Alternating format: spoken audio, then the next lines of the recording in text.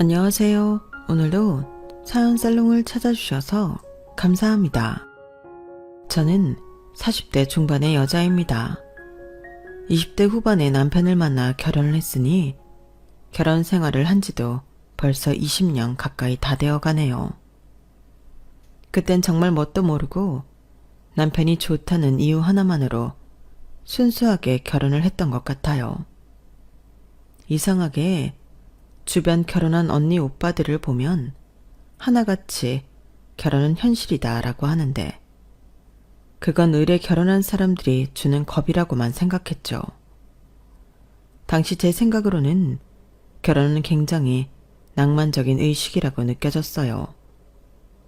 사실 한 사람이 다른 사람을 만나서 평생을 함께하자고 약속하는 것 자체가 굉장히 비현실적인 행위잖아요. 사람 마음이란 건 변하기 마련이고 천년의 사랑 같았던 마음도 언젠가는 식는다는 걸 여러 번 겪고 봐왔으니까요. 그리고 결혼이라는 게 원래 살면서 만났던 사람 중 가장 사랑하는 사람과 만나는 것도 아니고 그냥 결혼 정년기쯤에 내 옆에 있는 사람과 하는 거잖아요. 다소 현실적인 이런 문제들을 덮어두고 백년가약을 맺는다는 것 자체가 저한테는 낭만적인 일이라고 느껴졌어요. 저 스스로도 그렇지만 남편도 마찬가지로 언제 이 관계가 변할지는 모르지만 그럼에도 함께하자고 약속하는 거니까요. 그래서 결혼은 현실이라는 말도 반은 새겨듣고 반은 흘려들었던 것 같아요. 당연히 연애할 때 잘 지내는 것과 결혼해서 같이 살면서 잘 지내는 건 별개의 문제고 현실적인 걸 모르고 결혼하는 사람은 없으니까요. 그냥 남들 다 하는 그 정도 각오로 결혼을 했어요. 하지만 사람들이 말하던 결혼은 현실이다 라는 말은 비단 저희 두 사람뿐만 아닌 시댁과 친정을 놓고 하는 말이기도 하다는 걸 깨달은 건 꽤 나중이 됐죠. 사실 남편은 어린 시절에 부모님 때문에 꽤 고통스러운 유년 시절을 보냈거든요. 시아버님은 알코올 중독에 걸핏하면 남편과 시누이에게 손찌검을 했고 어머님은 그걸 말리긴커녕 본인이라도 피하려고 아버님 비위를 살살 맞췄다고 해요. 그래서 남편은 어린 동생을 데리고 가출한 적도 있었고 부모님과의 갈등이 심한 채로 성장했죠. 거기다 시어머님은 사업 중독에 빠져서 몇 번이나 집안 재산을 많이 날려먹고 빚에 허덕이고 계신 상황이었어요. 그것 때문에 우려하는 주변의 목소리가 많아 결혼하기 전에도 남편을 통해 몇 번이나 확인을 거쳤고 결혼을 엎을까 말까 고민도 참 많았던 것 같아요. 빚은 이제 얼마 안 남았어. 1,000만 원 정도만 갚으면 끝나. 내가 당신한테는 절대로 피해 안 가게끔 할게. 불안하게 해서 미안해. 결혼할 때쯤에는 빚을 거의 다 갚은 상황이라고 해서 확인까지 꼼꼼하게 다 마치고 결혼을 했지만 그 습관은 어디 안 가더군요. 확실한 창업 아이템도 없으면서 주변 사람들의 말에 휘둘려 반짝 유행하고 말뿐인 것들에 뒤늦게 탑승해서는 그렇게 집안을 말아먹고도 시어머니는 또 사업에 손을 대셨어요.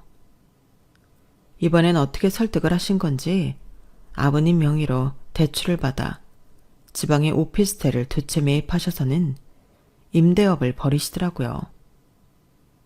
아니, 아버님이 그걸 허락하셨대? 그게 이상하게 우리 아빠도 엄마가 사고 그렇게 치는 거 알면서 말리지를 않으시네. 뭐라고? 여태까지 그래 오셨던 거야? 나랑도 그렇게 많이 싸우고 이야기도 했었는데 아빠도 바뀌는 게 없다. 내가 정말 당신 볼 면목이 없네. 미안해. 됐어. 미안할 게 뭐 있어. 결혼 전부터 누누이 얘기했잖아. 나는 결혼하고 시부모님이 빚 때문에 허덕이는 일 생겨도 조금도 못 도와드린다고. 어머님 아버님도 다 아시지? 당연하지. 그건 내가 알아서 잘 말해놨으니까 걱정하지 마. 그래, 그거면 됐어. 조금 답답하긴 했지만 결혼 전 확실하게 못을 박아놓은 덕분에 크게 걱정할 일은 없었어요. 아니, 없다고 생각했어요. 그리고 이번엔 임대업이니 손해를 보더라도 집값이 떨어지는 정도일 거고 세만 꼬박꼬박 잘 받을 수 있으면 대출 내신 것도 금방 갚으실 수 있지 않을까 싶더라고요. 하지만 그건 제 긍정회로일 뿐이었는지 임대업을 벌이신 지 2년이 채 되지 않아 문제가 생기시더군요. 원래는 저에게 돈 관련해서는 일체 말씀 안 하시던 분들이 어느 날부터인가 번갈아가며 전화가 오기 시작했어요. 처음에는 당연히 돈을 빌려달란 이야기부터 시작하진 않으셨어요. 평범한 하소연부터 시작하셨죠. 며느라, 잘 지내지? 네, 어머님. 무슨 일이세요? 별일 없으시죠? 그러게, 별일이 없으면 참 좋겠는데 말이다. 나는 인생이 왜 맨날 이 지경으로 꼬이는지 모르겠다. 절대 먼저 연락 안 주시는 분이 연락을 주셨길래 어느 정도 예상은 했지만 안 물어볼 수가 없게끔 유도를 하시더군요. 무시할 수도 없는 노릇이라서 일단 원하시는 대로 반응은 해드렸어요. 왜 그러세요, 어머니? 아니, 사실은 말이다. 내가 몇 년 전에 오피스텔을 매입을 했거든. 성수한테 들었지? 아, 네, 들었던 것 같아요. 잘하셨어요. 솔직히 믿을 건 부동산뿐이잖아요. 그래, 나도 그렇게 생각을 했는데 생각보다 이게 만만치가 않더라고. 요즘 월세가 좀 없어지는 추세라곤 하던데 나는 목돈을 갖고 있는 게 좋아서 도체 다 전세로 돌리고 있거든? 아니, 그런데 계약을 했으면 그 기간을 채우고 나가야지. 갑자기 이사를 가야 한다면서 돈을 돌려달라고 하대? 그렇게 갑자기 이야기하면 내가 돈이 어디서 나서 줘? 참, 내가 여러 가지 사업을 해봤지만 항상 이놈의 사람이 변수야, 사람이. 아우, 곤란하셨겠네요. 그래도 어쩌겠어요. 사람이 다 각자 사정이 있는 건데 이사를 갑자기 가야 할 만큼 급한 일이 있는 모양이죠. 그래, 살다 보면 그런 일 생기는 거야. 나도 이해는 하는데 그래도 집주인이 내 입장에서 좀 너무 많이 곤란하잖니. 그러실 것 같기는 한데 이런 상황에 전혀 대비를 안 하신 거예요? 대비? 대비는 무슨? 난 이렇게 갑자기 나가도 되는 줄 몰랐다.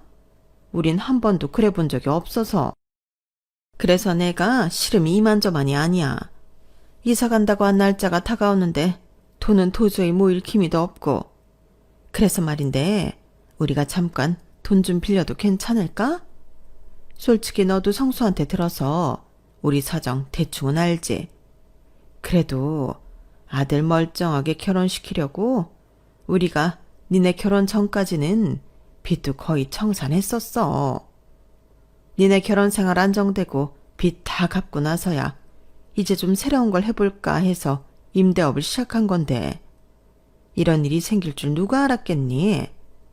우리가 1년 동안 열심히 일해서 갚을 테니까 한 번만 도와주라. 어? 어머님, 정말 죄송하지만 저희도 돈이 없어요. 까놓고 말씀드려서 저희가 결혼할 때 양가 부모님께 지원을 받은 것도 없어서 저희도 지금 대출 내서 산 집 빚 갚기 급급해요. 어머님이 필요하신 목돈은 당연히 없고요. 그래도 니네는 아직 젊어서 수입이 그럭저럭 괜찮지 않니? 우리는 니네 시아버지 봐라. 아파트 경비원에서 어느 세월에 그 돈 모으겠니? 이 늙은 시애미는 눈 딱 한 번만 감고 도와줘라. 어? 어머님, 저도 여러 번 말씀드리기 너무 곤란한데 정말 빌려드리고 싶어도 그럴 목돈이 없고요. 이런 이야기는 남편이랑 하시는 게 맞는 것 같아요. 직접 통화 한번 해보세요. 걔랑 통화하면 당연히 너 때문에 안 된다고 하겠지. 내가 그래서 너부터 설득하려고 전화한 거 아니겠니? 이럴 일 다시는 없어. 니네한테 빌린 돈은 집세 나가면 매달 조금씩이라도 차곡차곡 갚을 거고. 이런 일도 있다는 걸 알았으니 다음 세입자랑 계약할 때는 다 알아서 대비를 해놓을 거야. 그럼 아무 문제 없지 않니? 당장 돈 빌릴 때가 그래도 자식밖에 없어서 그래. 나도 염치를 무릅쓰고 연락한 건데 한 번만 좀 너그럽게 생각해보면 안 되겠니? 이렇게 한번 도와주면 나중에 우리도 너희 어려울 때 한번 돕고 하면 좋지 않니? 사실 그런 말을 듣기엔 시댁과 친정의 경제적인 수준차가 꽤 나는 편이었기 때문에 씨알도 먹히지 않는 소리였어요. 저희 집안은 전라도 맛집으로 검색만 해도 최상단에 뜨는 홍어의 맛집을 운영하고 있었거든요. 친할머니께서 손맛이 좋으셔서 경제적으로 어려웠을 때 차린 식당이 대박이 나서 저희 아빠가 물려받으셨고 그걸 또 제 동생이 물려받기 위해 같이 일을 하고 있는 상태였어요.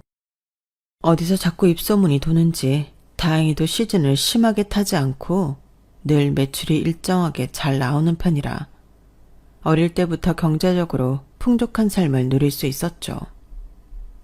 그렇다 보니 처음 시댁에 왔을 때 살짝 충격을 받았을 정도였어요.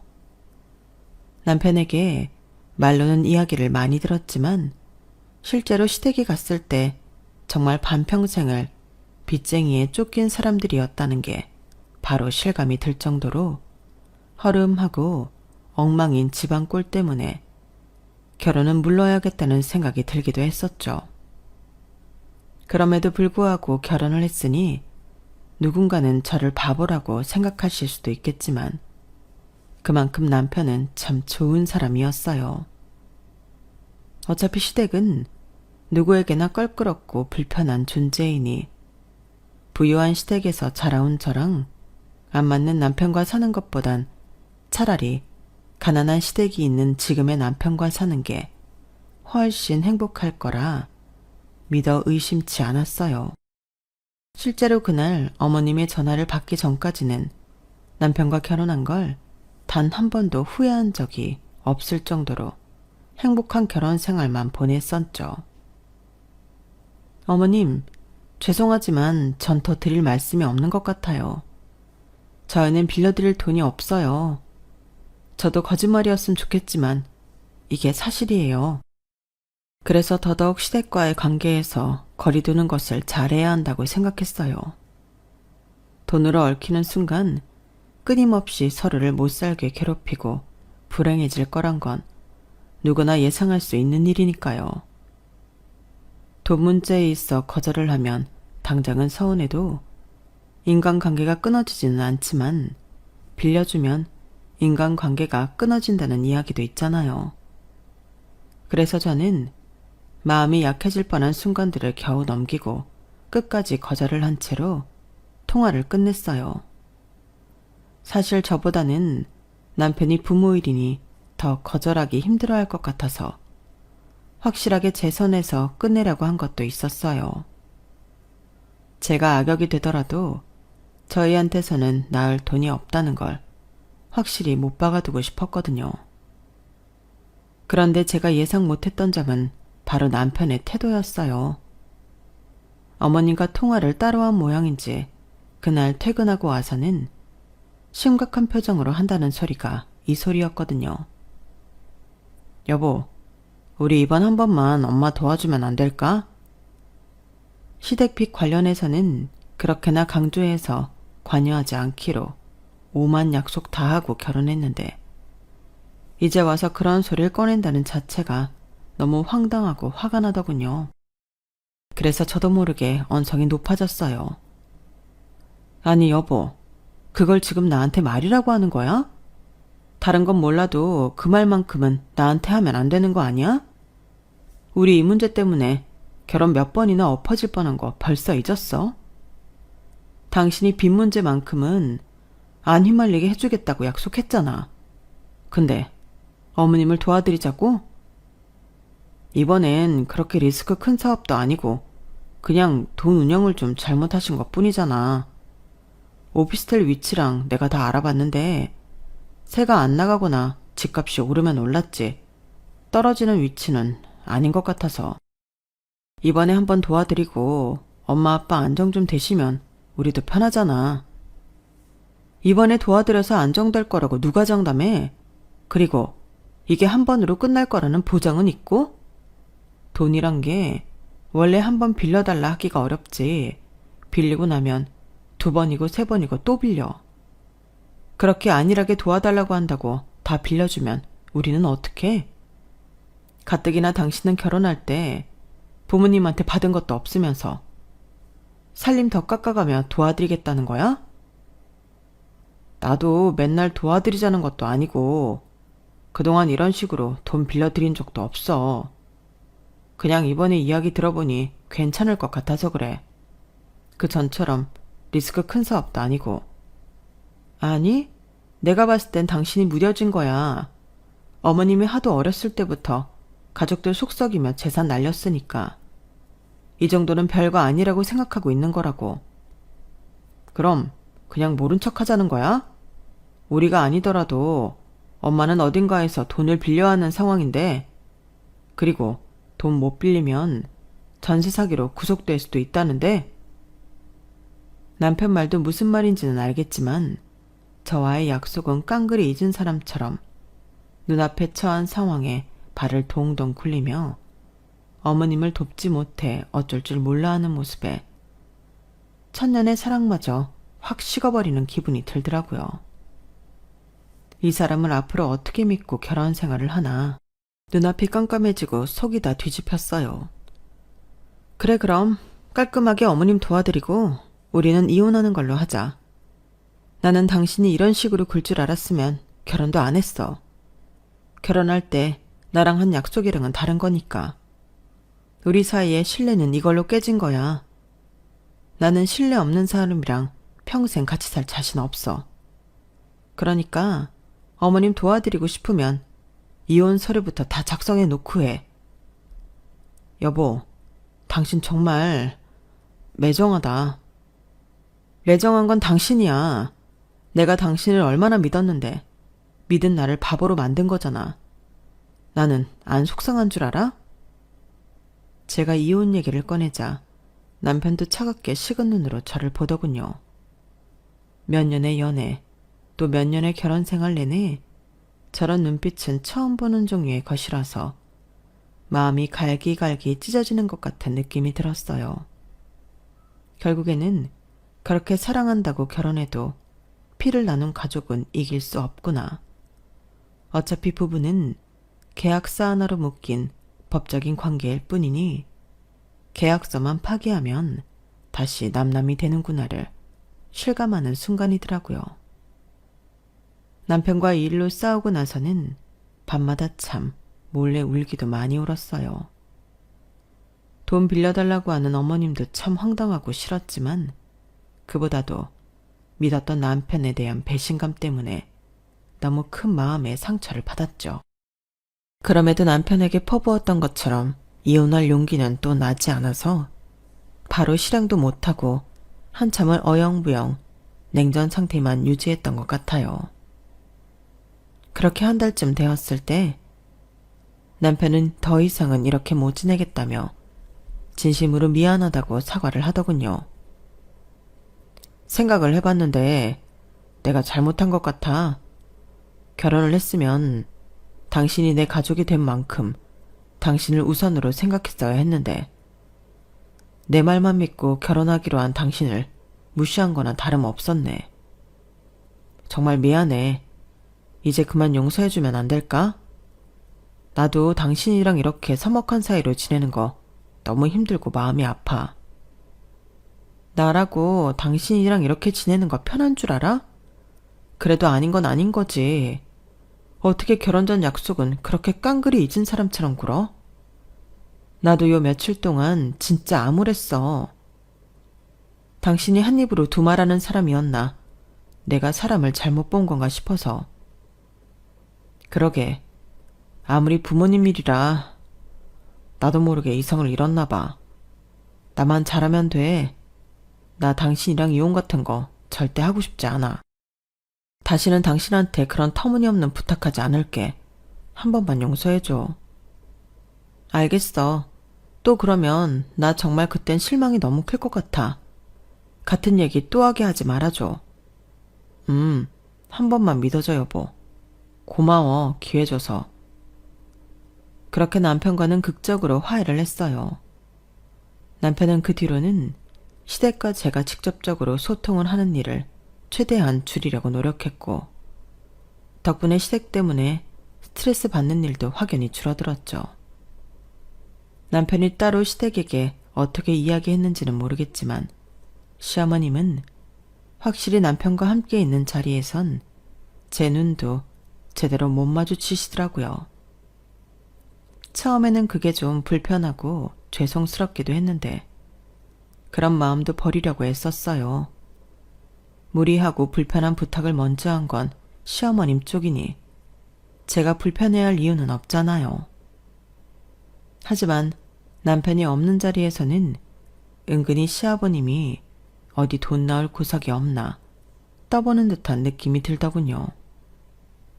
아무래도 직접적으로 저와 갈등이 있었던 건 시어머니다 보니 아버님은 따로 남편이 주의를 주거나 한 적은 없는 것처럼 느껴지더라고요. 며느라, 요즘 사돈어른께서 무탈하시지? 네, 별일 없으세요. 그 뭐냐, 저기 홍어 장사는 잘 되시고? 네, 장사는 늘 똑같아요. 그럭저럭 괜찮은 것 같아요. 왠지 사실대로 말하고 싶지 않아서 얼버무렸는데 그날따라 말수도 적으신 어르신이 꽤나 집요하게 물어보시더라고요.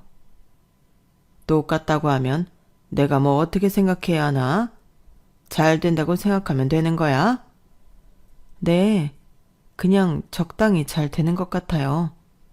적당히? 적당히? 적당히의 기준이 뭔데?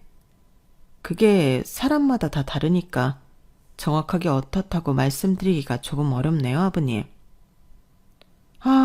이 깍쟁이 같으니라고. 적당히는 뭔 적당이야? 사돈어른 내 가게를 내가 다 조사를 해봤는데. 네? 조사요? 그래, 봐봐라. 여기가 사돈어르신네 가게 아니냐? 리뷰면 몇백 개에 하나같이 호평이던데 이 정도면 매출이 엄청나겠구만. 뭘 적당히 잘 된다는 거야? 네. 워낙 그 동네에서 오래 장사해서 아는 단골분들이 많으세요. 그래서 말씀드렸잖아요. 사람마다 기준이 다르니까 말씀드리기 어렵다고요. 아니지. 너는 숨기려고 한 거야. 사돈네 홍어집 장사가 잘 된다는 걸. 안 그랬음 잘 된다고 얘기를 했겠지. 왜? 우리가 너한테 그걸 빌미로 돈이라도 뜯어낼까봐 무서워서 얘기를 못했냐? 아버님, 그걸 갑자기 왜 찾아보신 건지 먼저 이야기를 해주시는 게 맞는 것 같은데요. 결혼할 때도 안 찾아보셨던 저희 부모님 가게를 뜬금없이 왜 찾아보셨어요? 아니, 얼마 전에 내 지인이 전라도 여행을 갔다 왔는데 아주 맛있는 집이 있다는 거야. 손님도 바글바글하고 겨우 앉아서 먹었다나 뭐래나. 그러면서 사진을 쭉 보여주는데 세상에 너무 익숙한 곳인 거지. 보니까 딱 사돈네 가게다만. 물어보니까 맛도 기가 막히고 손님이 끊이지가 않는다던데. 머지않은 곳에 2호점도 냈다고 하고.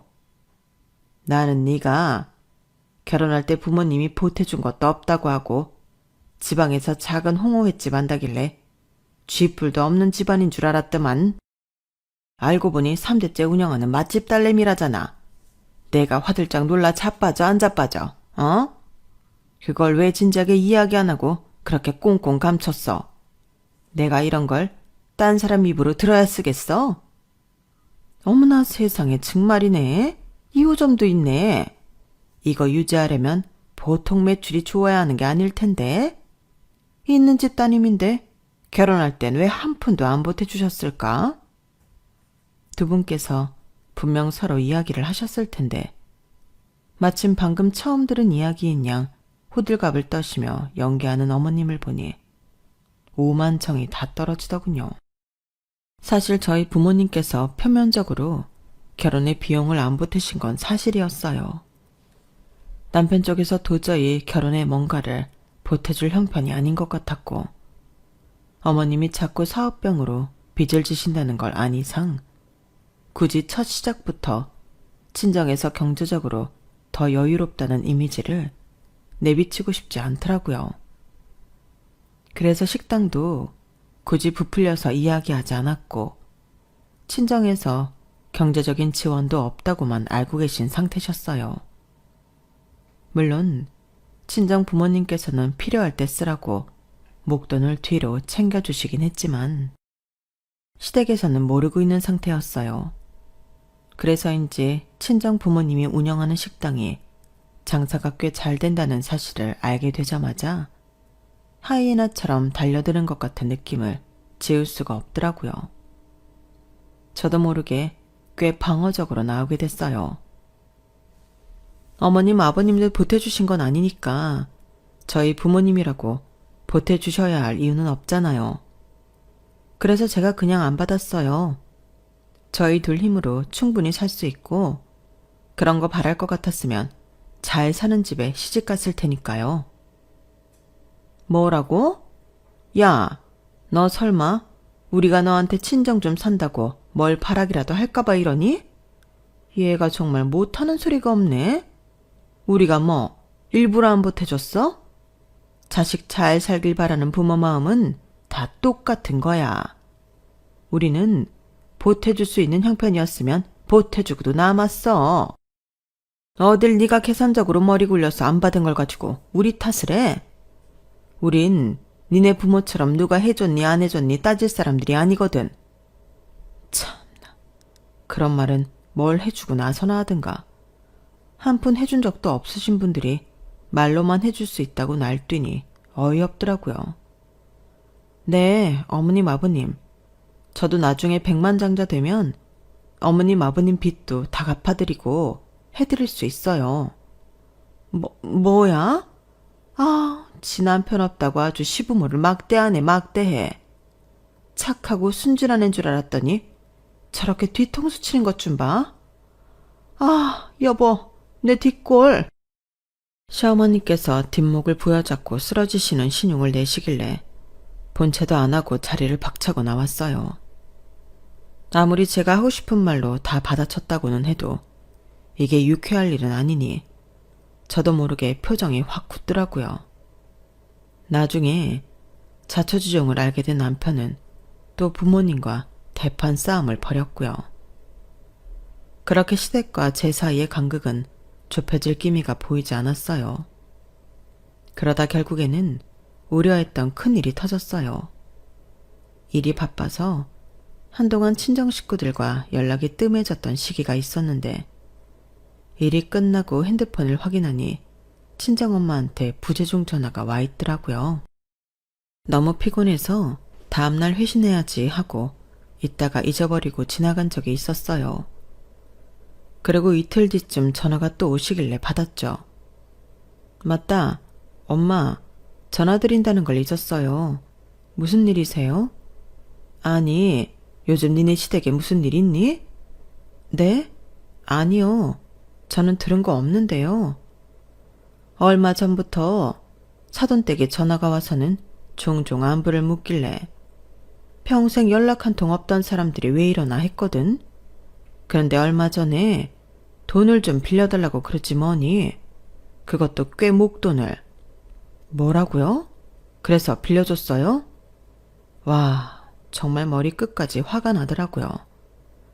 저를 찔러보다가 안 될 것 같으니 결국 저희 친정 부모님한테까지 전화를 해서 돈을 빌리려고 했다는 게 너무 싫더라고요. 뭐 때문에 그러냐고 물어봤는데 급한 일이라고만 하고 자세히 이야기를 안 해주시는데 이걸 빌려줘야 하나 말아야 하나 판단이 서야 말이지. 우리한테까지 연락을 해서 빌리는 거면 당장 너랑도 연관된 일일 수 있잖니. 그래서 전화했던 건데 또 네가 전화를 안 받더라고. 자꾸 급하다고 재촉하셔서 돈을 빌려드릴 뻔했었는데 너희 아빠가 이유 알기 전까지는 못 빌려준다고 못 박았다. 하도 졸라대니 너희 아빠도 어쩔 수 없이 좀 단호하게 나갔는데 그것 때문인지 기분은 좀 상한 모양이시더라고.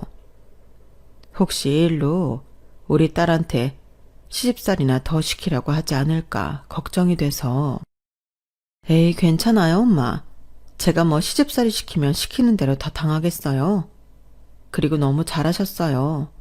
사돈이란 이유로 영문도 모르고 큰돈을 빌려줄 수는 없죠. 그렇게 빌려주다 보면 돈 필요할 때마다 연락할 텐데 아빠가 잘 끊어내셨네요. 그치? 그런 거지? 너한테 별일 없다면 다행이다. 혹시 그거 가지고 뭐라고 하면 바로 이야기하고. 아니에요. 결혼까지 했는데 이런 걸로 일일이 엄마 아빠 어떻게 걱정시켜요. 어쨌든 다음부터 시댁에서 연락 오면 웬만하면 받지 마세요. 대부분 돈 필요하다는 전화할 테니까. 저희 부모님은 시어머니의 사업 중독과 습관적으로 빚을 진다는 사실을 잘 모르고 계시거든요. 아시면 결혼을 너무 심하게 반대하시거나 결혼하고 나서도 걱정만 끼쳐드릴까봐 자세히는 말을 안 했어요. 결혼 당시 시댁에 약간 빚이 있다는 것 정도밖에 모르고 저를 시집 보내셨으니 그런 연락을 받고 걱정이 드시는 게 당연했을 거예요. 그래도 아빠께서 식당 일 잘 되면서 워낙 주변에 돈 때문에 마음고생시켰던 지인들이 많아서였는지 이제는 알아서 잘 단돌이 치셔서 다행이었죠. 그런데 그런 연락을 받은 지 일주일도 안 돼서 시부모님이 저를 슬슬 다시 괴롭히려고 시동을 거시더군요. 무슨 트러블만 좀 생겼다 싶으면 저희 부모님을 끌고 와서 욕을 하기 시작했어요. 에휴, 너도 너희 아빠 닮아서 그렇게 매정한 거냐? 에휴, 자식이 부모를 아주 그냥 쏙 빼닮았네. 처음에야 시부모님이 왜 저러시는지 이유는 투명하니 몇 번 흘려듣고 말았어요. 하지만 제가 반응이 없으니 더 약이 오르셨는지 비아냥거리는 수위가 점점 더 세졌고 우연히 남편이 그걸 듣게 된 뒤에 저보다 훨씬 화가 난 남편에 의해서 시댁과의 연은 자연스럽게 끊어지게 됐죠. 당신은 이때까지 이런 소리나 듣고 있었던 거야? 왜 진작 말 안 했어? 알았으면 진작에 뭐라 했을 텐데. 됐어. 솔직히 저런 발언들이야 나 화나라고 하는 소리인 것 뻔하고 하실수록 당신의 인격을 깎는 소리란 걸 깨달으셔야지. 그래서 내버려 뒀던 건데 이제 나랑 연락도 못하고 만나지도 못하시니 평생 깨달을 기회를 놓치셨네. 내 앞에서는 계속 당신한테 예의 지키시는 척, 적당히 거리 두시는 척해서 뒤로 당신이 그런 말 듣고 있는 줄은 몰랐어. 참나. 엄마 아빠도 부모면서 어떻게 당신한테 부모 욕을 하냐? 딴 건 몰라도 가족을 건드리는 건 아니지. 내가 대신 사과할게. 미안해 여보. 괜찮아. 그래도 그동안은 참은 보람이 있네. 당신이 이렇게 더 노발대발하면서 시댁 연을 다 끊어주고. 나도 그동안 부모님께 당신한테 이상한 소리 하지 말아달라고 부탁한 게 얼만데 하나도 안 들어주고 계셨으니 이제 며느리가 안 온다 해도 할 말 없지. 저야 각종 시댁 행사에 끌려가 시부모님과 은근한 기싸움을 하지 않아도 되니 솔직히 더할 나위 없이 좋기는 했어요. 그 뒤로는 이래도 되는 건가 싶을 정도로 시댁과 연락도 안 했고 만난 적도 없이 살았네요. 몇 년 이러다 말 줄 알았는데 남편이 생각보다 강경하더라고요. 저도 금방 그 생활에 익숙해졌고 굳이 바꾸고 싶지도 않아서 그렇게 시댁과 연 끊은 지도 10년이 훌쩍 지나갔어요. 시댁과 교류를 안 하다 보니 그 시간을 더 친정에 투자하게 되고 친정 식구들과 추억을 더 많이 쌓았는데 그동안 자주 찾아뵙고 검진도 꼬박꼬박 잘 받으시던 아버지가 정말 갑작스럽게도 집에서 혼자 샤워를 하시다가 미끄러져 뇌출혈로 쓰러지셨어요. 하필이면 그날 집에 아무도 없어 뒤늦게 발견을 했고 병원으로 채 옮겨지기도 전에 사망 판정을 받고 말았죠. 저도 이야기 전에 듣고 눈물 범벅이 되어서 무슨 정신으로 절차를 진행했는지 모르겠네요. 워낙 건강하셨던 분이라 이런 식으로 돌아가실 거라고는 꿈에도 생각 못했고 가족들 모두가 마음의 준비를 안 했던지라 패닉에 빠졌어요. 그래도 갑자기 치르게 된 장례식에 많은 지인들과 친구들이 와서 힘이 되고 위로가 되어주더라고요. 그전에는 겪어보지 못한 일이라 그런지 이런 곳에 와주는 게 그렇게 큰 힘이 될 줄 몰랐는데 이렇게 받아들이기 힘든 상황에 반가운 얼굴들이 찾아와 좋은 말들을 하나씩 얹어주고 가니 일시적이더라도 마음이 괜찮아지더라고요. 그렇게 전 나름대로 조금씩 마음을 추스려가고 있었고 8인 전 마지막 날 밤이 되었어요. 이날은 저도 그동안 잠을 거의 못 잔 채로 울다 일하다를 반복했던 때라 몸도 마음도 정말 지치더군요. 올만한 조문객들도 거의 다 온 상태라 장례식장에 조문객도 많지 않은 상황이라서 슬슬 아빠와 작별할 준비를 해야겠다고 생각하며 차분하게 하루를 보내고 있었어요. 그런데 조용했던 장례식장이 갑자기 시끌벅적해지더라고요. 무슨 일인가 싶어 나가보니 글쎄 시부모님이 온갖 사람들은 다 끌고 와서 자리에 앉더라고요. 시간은 많이 지났어도 한 번에 알아보겠더라고요. 아유 며느라 아주 얼굴 보기가 힘들구나 힘들어. 우리 왔다. 오랜만이라고 얼굴 까먹은 건 아니지? 어머님 아버님 무슨 일이세요? 따로 연락을 드린 적은 없었는데 아마 부고 문자를 통해 알게 되신 모양이었어요. 여기 오실 줄은 몰라서 너무 얼떨떨 하더라고요. 얘 표정 봐라. 걱정 마. 그래도 부조금도 다 냈으니까. 그놈의 돈. 그조차도 나중에 확인해보니 각자 10,000원씩 내고 갔더라고요. 대체 무슨 매너인지 지금 다시 생각해도 헛웃음만 나오네요. 아무튼 당시에는 부조금을 확인할 정신은 없었고 그냥 이 인간들이 또 무슨 깽판을 치려고 왔나 그런 생각밖에 안 들더라고요. 그게 표정에 그대로 드러났는지 시부모님은 못마땅한 표정을 짓더니 데리고 온 사람들을 자리에 앉히더라고요. 처음에는 워낙 낯선 얼굴들이라 설마 친척들을 데리고 왔나 했는데 비록 몇십 년 전이긴 해도 한 번 얼굴을 본 적 있는 친척들은 아닌 것 같더라고요. 어머님 아버님 같이 오신 분들은 누구세요? 처음 뵙는 것 같은데? 우리 마누라가 결국에는 사업가로 성공을 했거든. 네가 그때 우리 돈만 좀 빌려줬어도 우리가 이 고생은 안 했을 텐데. 참나. 그래서 우리 마누라 회사 직원들 마침 이 근처에서 회식하고 있던 중이라서 들렀다. 잘했지? 아버님한테 가까이 다가가니 정말로 술 냄새가 진동을 하더라고요. 비틀거리면서 장례식장을 들쑤시고 다니는데 기가 막히더라고요. 아이고 이게 다 뭐야? 홍어회네? 장례식장에 홍어했으면 많이 비쌀 건데. 아 맞다. 우리 사돈이 홍어의 사장님이었지. 그럼 써야지.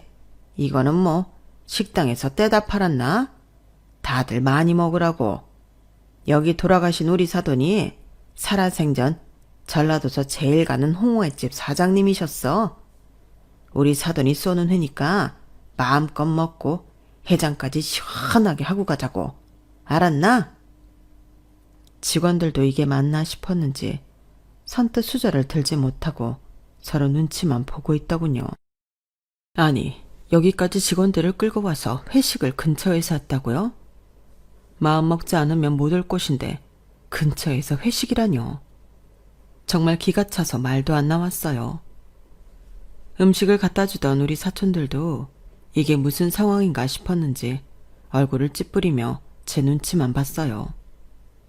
하도 기가 막혀서 눈물이 싹 마르고 어디까지 하나 지켜보자는 생각만 들더라고요. 그랬더니 가관인 건 어디서 저런 사람들만 모아다 일을 하고 있는 건지 직원들도 금세 적응을 하고 술판을 벌이기 시작했어요. 내가 사돈한테 돈은 못 빌렸어도 이 맛있는 회 한 접시는 얻어먹네. 아이고 술맛 좋다. 이미 1차를 어디서 하고 와서인지 아주 진상 취객도 그런 진상이 없더라고요. 어머님 아버님 취하셔서 여기가 어딘지도 못 알아보세요? 뭐? 여기가 어딘데? 너희 아버지 돌아가신 장례식장 아니냐? 원래 상당했을 때 너처럼 그렇게 죽을상하고 있으면 안 돼. 오히려 우리처럼 와서 시끌벅적하게 분위기 좀 밝게 만드는 사람들이 있어야지. 내가 맘먹고 다 데리고 오니 머리수도 차고 얼마나 좋으냐. 안 그러냐? 평생 얼굴 안 보고 지나다가 갑자기 찾아오신다는 게 저희 아버지 장례식장을 직원들 회식장으로 쓰신다고요? 그러다 진짜 벌 받아요, 어머님 아버님. 뭐? 벌? 얘가 보자보자니까 시애비 망신을 시켜도 적당히 해야지, 어? 시대가 안 찾아오고 산 게 뭐 그리 자랑이라고 이렇게 떳떳해? 너 일로 와봐. 일로 와봐. 술에 취해 얼굴은 벌개져서는 저에게 화풀이를 하려고 하는 아버님을 주변에서 뜯어 말렸어요. 하지만 아버님은 분이 풀리지 않는지 자꾸 제게 손찌검을 하시려는 듯 잡힌 팔을 버둥대더라고요. 어딜 그냥 홍어 냄새 풀풀 나는 집안 식구들 다 감수하고 결혼시켜놨더니 이제 와서 지잘났다고 시부모도 몰라보고 바락바락 대들어. 네가 그렇게 잘났어? 그래봤자 냄새나는 홍어나 팔던 집에서 태어난 주제에 돈 좀 벌리니까 네가 공주라도 되는 줄 알았냐? 가뜩이나 아버지가 갑자기 돌아가셔서 정신이 하나도 없고 어지러운 마당에 시아버지까지 와서 저러고 사람을 괴롭히니 미치겠더라고요. 평소였다면 다 받아쳤겠지만 심신이 너무 지쳐 있었어요. 그때 잠깐 자리를 비웠던 남편이 드디어 돌아와서는 이 광경을 목격하고야 말았죠. 아빠, 엄마, 지금 대체 이게 뭐 하는 짓이세요? 제가 오시지 말라고 했죠? 야, 임마, 그래도 사돈이 돌아가셨는데 어떻게 안 와보냐? 마지막 인사는 해야지, 이 매정한 자식아. 와서 명복은 못 빌어드릴 망정 사람들 다 보는 앞에서 며느리의 욕이나 하시는데 안 오시는 게 낫죠. 당장 사람들 데리고 나가세요. 뭐? 보자 하니까 이 자식이 아주. 너 얘한테 뭐 가스라이팅? 그런 거라도 당한 거야? 도대체 왜 이렇게 맹목적이야? 넌 너 키워준 부모도 이제 눈에 안 보이냐? 평생 제가 번 돈으로 부모님 빚이나 갚게 하고 저도 할 만큼 했고 덕분에 고생도 많았어요. 세뇌는 이 사람이 아니라 엄마 아빠가 있죠. 결혼하고 이제 안 통하는 것 같으니까 며느리나 괴롭히려고 하고. 진짜 왜 그러세요? 아니, 내가 무슨 말을 했다고 그러냐? 그냥 홍어집 딸한테 홍어 냄새 난다고 한 게 그렇게 잘못이야. 홍어가 워낙 냄새가 세니까 그 얘기를 할 수도 있지. 얘 데리고 저리 가라. 술맛 다 떨어질라니까. 아, 회식비 굳었다고 기분 좋다 하고 있었는데 하여간 자식 새끼들이 도움을 안 줘요. 아줌마, 여기 홍어회 하나 추가요. 남편 눈에 핏발이 잔뜩 서 있는데도 아버님은 막 나가시더라고요. 이러다 뭔 일 나겠다 싶었는데 막내 꼬모가 마지못해 갖다 주신 홍어회 한 접시를 남편이 가로채서는 아버님께 던지듯 뿌려버리더라고요. 너 지금 뭐 하는 거냐? 미쳤어! 아빠가 홍어회를 그렇게 좋아하시는지 미처 몰랐네요. 제가 홍어회가 먹고 싶어서 여길 못 떠나는 귀신이라도 붙으신 것 같으니 온몸에 홍어향 잔뜩 묻히고 가시는 게 좋을 것 같아서요. 남편은 아버님, 어머님이 또 무슨 돈으로 산 건지 모를 명품 가방에도 남은 홍어회를 쏟아부었어요. 어머나, 이게 얼마짜린 줄 알고 지금 뭐 하는 거야? 아, 정말 저 자식이. 더 묻혀드려요. 여기 계속 계실 거면 전 엄마 아빠 원 풀릴 때까지 계속 홍어로 샤워시켜드릴 건데. 알았다. 갈게. 가면 되잖니? 누굴 닮아서 성질머리가 저래? 아, 갑시다. 가요. 도망치듯 허겁지겁 나가는 모습을 보니 웃기면서도 속이 시원하더군요. 안 좋던 기분이 어느 정도 풀린 저와는 달리 남편은 심각한 얼굴이었어요. 미안해 여보. 다신 이런 일 없게 하려고 했는데. 아니야. 부고 문자가 간 걸 어떡해. 당신 잘못 아니니까 너무 그러지 마. 그래도 오늘 시컵하셨으니까 또 이러지 못하실 거야. 장인 장모님께도 너무 죄송스럽네. 엄마는 다행히 이 꼴 못 보셨어. 아빠는 보시긴 했겠지만 그래도 이런 사위 있어서 든든하실 거야. 미안하고 고마워 여보. 남편이 저를 꼭 안아줬는데 사뭇 옛날과는 달리 이제는 정말로 든든한 나의 편이라는 생각이 들더군요. 이런 사람과 그때 화해하려는 노력 없이 젊은 날의 패기로 이혼해버렸다면 지금 제 인생은 꽤 쓸쓸했을지도 모르겠다는 생각이 들더라고요. 저희는 그날 이후로 시댁 전화번호도 연락처에서 삭제했어요. 혹시 모를 연락들로 인해 이런 식으로 제외하는 걸 겪고 싶지 않았으니까요. 왜 지우기까지 했냐면요. 전화가 갑자기 와도 넘어와서 이상하다 했더니 또 염치 없이 돈 문자가 와 있더군요. 갑자기 사업이 잘 안 되나 보죠. 연락처마저 지우니 이제는 진짜 저와 연이 없는 사람들로 느껴져서 기분이 묘하더라고요. 시부모님이 새로 하고 있다는 사업이 뭔진 모르겠지만 남편도 이제 모르고 사니 한결 편안하다고 하더라고요. 얼마 못 가 망할 게 뻔하지만 적어도 이제 아무렇지도 않게 돈 빌려달라는 연락은 저희가 못 볼 테니까요. 듣고 싶지도 않습니다. 제 사연은 여기까지예요. 항상 건강하시고 행복하세요. 여러분, 사연 댓글에 응원과 현명한 조언 부탁드려요. 좋아요와 구독은 저에게 큰 힘이 됩니다. 오늘도 좋은 일 가득하세요.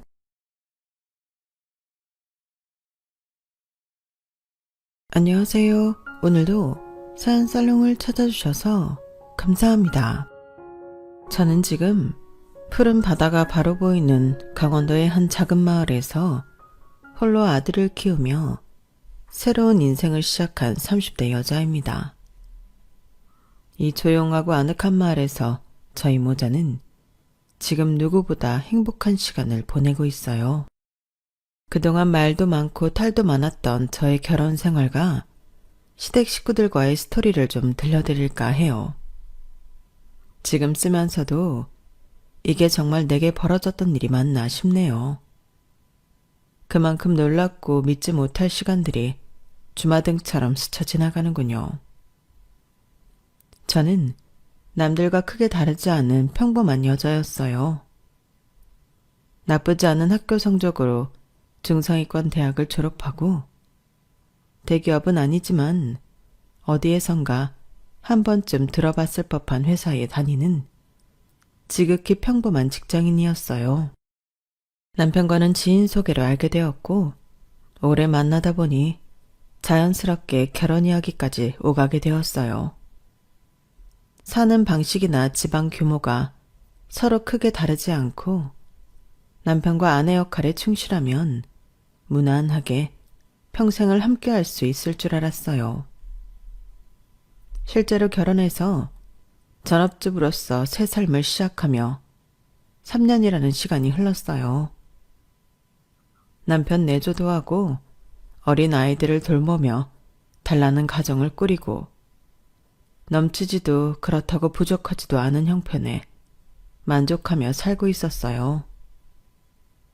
하지만 남편의 어린 여동생의 결혼 소식이 들려오면서부터 평온한 제 삶에 돌이 던져지기 시작했어요. 저희 부부는 32살 동갑내기 커플이었고 아가씨는 24살 어린 나이에 속도 위반으로 급하게 결혼을 하게 되었어요. 학교를 다니는 것도 아니고 변변한 직장이 있는 것도 아닌 아가씨의 임신 소식에 시댁 식구들은 야단을 치기보다는 환호를 질렀어요. 바로 아가씨와 결혼할 남자 쪽이 알아주는 화장품 회사 사장 아들이었기 때문이었죠. 아가씨는 학창시절부터 사고도 많이 치고 노는 것만 좋아한 문제아였어요. 친구 돈을 뺏거나 일진놀이에 빠져 시부모님 호출도 잦았다고 해요. 커서는 돈이 생기는 족족 성형을 하느라 예전 얼굴은 지금 전혀 찾아볼 수도 없고요. 평생 사고만 치면서 살 것 같던 아가씨의 대단한 결혼 소식에 시댁 식구들은 거의 잔치 분위기였죠. 저 역시 축하해주는 마음이 컸지만 시댁에서 하는 말을 들어보면 조금 과한 상상을 하고 있다는 생각이 들더군요. 주희야, 그쪽 집안에서 널 그렇게 예뻐한다며 우리 딸이 이렇게 좋은 집 며느리가 될 줄 누가 알았겠어. 뱃속의 아가가 아주 복덩일세. 세상에나, 밥을 안 먹어도 엄마는 배부르다. 사돈이 지 화장품 사장이라니. 남자친구보다 아버님 어머님이 더 극성이셔. 아기가 있으니까 더 조심해야 된다고 땅에 발도 못 붙이게 하신다니까? 어딜 가든 그렇게 기사분을 보내주시고 먹는 것도 입는 것도 최고급으로만 사라고 블랙카드도 주시고 너무 챙겨주시니까 이제는 귀찮을 정도라니까? 아무튼 복덩이야 복덩이. 임신해서 결혼하니까 넌 예단이고 뭐고 아무것도 안 해가도 되겠지? 아무렴. 아주 귀하게 모셔가야지 우리 딸. 아가랑 몸만 놔줘도 고맙대. 집이고 혼수고 다 오빠 내가 해준다고 했으니까 우린 아무 신경 안 써도 돼. 주희야, 엄마가 얼마 전에 뉴스를 봤는데 그 지 화장품이 지금 중국에서도 엄청 인기라더라. 세계적인 그룹이래. 시모는 무엇보다 시댁이 재력을 갖춘 대단한 집안이라는 것을 탐복했고 심지어 남편 역시 김칫국을 먼저 마시고 있더군요. 주희야, 너 결혼하면 매부한테 말 좀 잘해주면 안 되냐? 무슨 말? 요즘 회사 다니기 싫어 죽겠다. 이참에 네 덕 보고 거기 회사 좋은 자리 하나 마련해달라고. 여보, 그게 무슨 소리야. 지금 회사 잘 다니고 있는데 무슨 자리를 달라 그래. 그리고 아직 결혼도 안 했는데 매부는 무슨. 내가 지금 이 회사 좋아서 다니는 줄 알아? 아주 지긋지긋해. 저쪽 화장품 회사에서 높은 자리 하나 딱 주면 뭐 완전 내 세상이지. 안 그래? 그래 주희야. 이번에 네 오빠도 네 덕분에 잘 풀리면 얼마나 좋니? 민영이 쟤가 집에만 들어 앉아 있으니까 성범이 혼자 외벌이로 얼마나 힘들겠어. 그런 집안은 사돈한테 자리 하나 내주는 거 아무것도 아니겠지. 그래? 알았어. 내가 우리 재원 오빠한테 말 좀 잘해볼게. 걱정 마. 그 집 사람들 지금 내가 말만 해도 껌뻑 죽는다니까? 정말? 내 동생 이주희 진짜 대박이다. 나 기대하고 있을게. 미리 고맙다 주희야. 남편은 벌써 아가씨 사돈 회사에서 당연히 높은 자리 하나 줄 거라고 착각하고 있고 시모 역시 계속해서 부추기더군요. 저는 불안했어요. 남편을 말려봐도 이미 눈에 뭐가 씌었는지 도통 제 말을 들으려고 하지 않더군요. 전에 없었던 더 큰 문제는 시모가 아가씨 사돈댁과 저희 집안을 계속해서 비교하며 깎아내리기 시작했다는 거예요.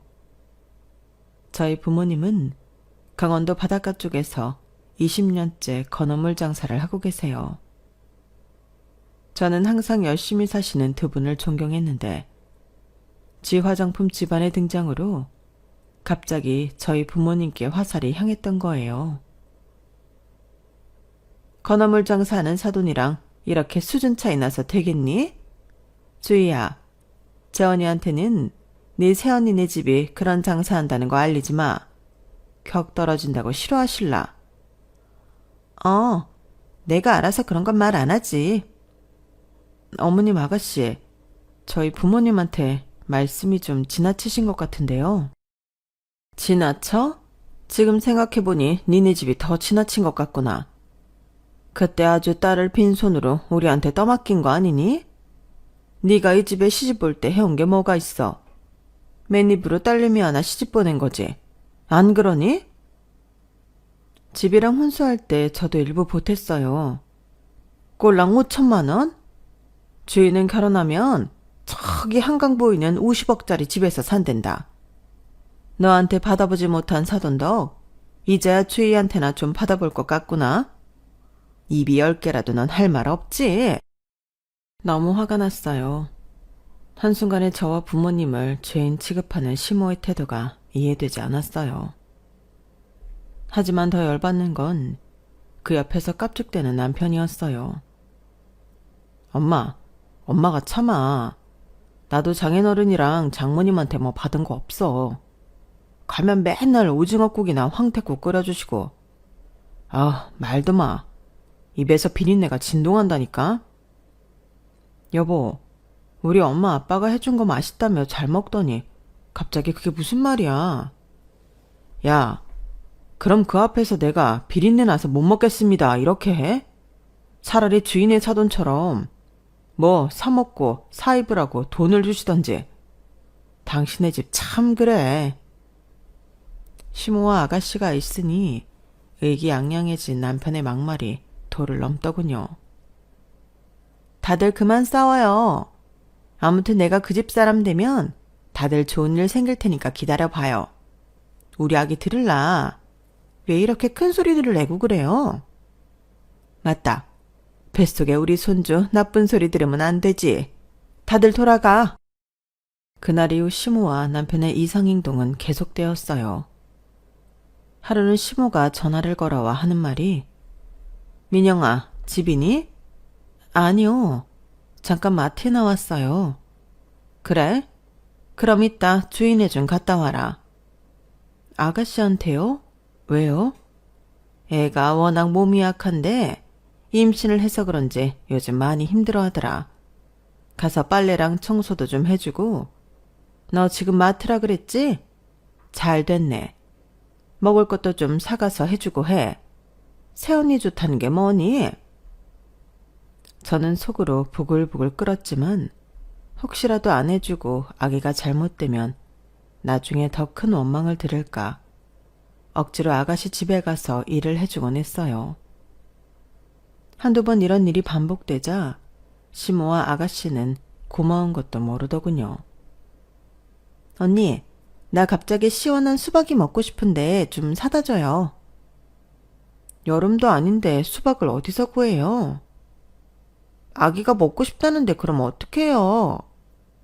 남자친구도 지금 미국으로 출장 가서 못 사다 준단 말이에요. 사다 줘요. 언니, 저 이불에서 냄새가 나는 것 같은데 좀 빨아줘요. 왜 이렇게 냄새가 나지? 지금 이불 빨래를요? 저 이제 하준이 어린이집 하원 시간이라 픽업하러 가야 되는데. 그럼 저 이불 냄새만 맡으면 욕지기가 나는데 임신한 제가 참고 그냥 덮으란 말이에요? 언니도 아들 있으면서 좀 너무한 거 아니에요? 알았어요. 하준이 픽업하고 다시 와서 해줄게요. 언니, 어제 부엌에서 개미가 얼마나 많이 나왔는지 알아요? 개미약 좀 사다가 여기저기 붙여줘요. 개미약은 붙이는 건 어려운 일도 아닌데 주말에 아가씨가 좀 하지 그랬어요. 나 냄새에 예민한 거 몰라요? 그런 냄새 맡으면 머리까지 띵하단 말이에요. 나 쓰러지면 아기 책임질 거예요? 그런 냄새에 쓰러지고 그러지 않아요. 언니는 임신할 때 오빠가 다 챙겨줘서 내가 얼마나 힘든지 모르죠? 알았어요. 사다 붙여줄게요. 이처럼 아가씨는 온갖 이유를 갖다 붙이며 저를 도우미처럼 부려먹더군요. 남편한테도 슬쩍 얘기를 꺼내봤지만 돌아오는 대답 역시 똑같았어요. 주희 임신했는데 그럼 어떡해. 평생 그러는 것도 아닌데 좀 참고 해줘라. 당신이 뭐 직장 다니는 것도 아니고 하준이 어린이집에 있을 때 그 정도는 해줄 수 있지 뭐. 당신도 주희한테 잘 보여야 나중에 콩고물이라도 떨어지지 않겠어? 나는 뭐 임신 안 해봤어? 지금 아가씨는 예민해도 너무 예민하게 굴어. 그래, 예민한 건 그렇다 치고 어머니나 아가씨 모두 나를 무슨 한여 부려먹듯이 하니까 이러는 거야. 나도 집안일하고 하준이 뒤치다꺼리하고 바쁜데 좀만 참으라니까. 가족끼리 그런 것도 못 해주면 어쩌란 거야. 네가 이해해. 남편 역시 임신한 아가씨 편에서 철저히 저의 고통을 외면하더군요. 평온하고 단란했던 저의 일상이 무너지자 저는 너무 괴롭고 서러웠어요. 그렇게 시간이 흘러 아가씨의 결혼이 코앞으로 다가왔어요. 아가씨는 드레스를 입어야 하는데 배가 나왔다며 짜증을 부리더군요. 엄마, 나 원래 날씬하잖아. 그런데 이게 뭐야? 아줌마처럼 배 나온 드레스라니? 우리 주희 이뻐. 임신한 거 뭐 티도 안 나는데. 그래. 그리고 결혼식은 그거 금방 끝나. 이것만 잘 해치우면 아가 낳고 앞으로 네 앞에 탄탄대로가 만들어지는데 이런 거에 너무 신경 쓰지 마. 알았지? 결혼식에 연예인들도 온대. 내가 걔네보다 더 예뻐야 하는데. 세상에서 우리 딸이 제일 예쁘지. 그런데 연예인들도 온다고? 세상에 사돈댁이 어마어마하긴 한가 보다. 그 무슨 국회의원도 온다며. 아버님 고향 친구래. 오빠네 집 엄청 빵빵하지? 그런 집안 남자를 사로잡은 내 딸이 너무 대견하다. 딸 덕에 엄마도 이제 호강길만 열렸어. 엄마 친구들도 얼마나 부러워하는 줄 알아? 이참에 엄마도 친구들 걸러. 오빠네 집이랑 경 맞추려면 엄마도 너무 후진 사람들이랑 어울리지 말라고. 노는 물이 달라져야지.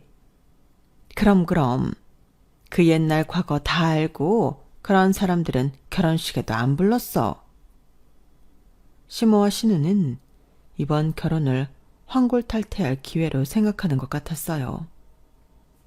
어쨌든 무사히 결혼식도 끝나고 몇 달 뒤 신우도 아이를 출산했어요. 귀여운 아들이었어요. 하지만 진짜 악몽은 그때부터 시작되었어요. 하루는 시모와 남편 그리고 아들 하준이를 데리고 신우의 아이를 보러 갔어요. 신우가 사는 집은 으리으리하고 화려하게 그지없더군요. 고급 사모님 코스프레를 한 신우는 명품 옷을 입은 아기를 데리고 나왔어요. 우리 손주, 귀하디 귀한 우리 손주. 아우 예뻐라. 엄마 조심해. 애한테 뽀뽀하지 마. 새겨놀 마. 알았어. 아가씨, 아기 낳느라 고생 많았어요.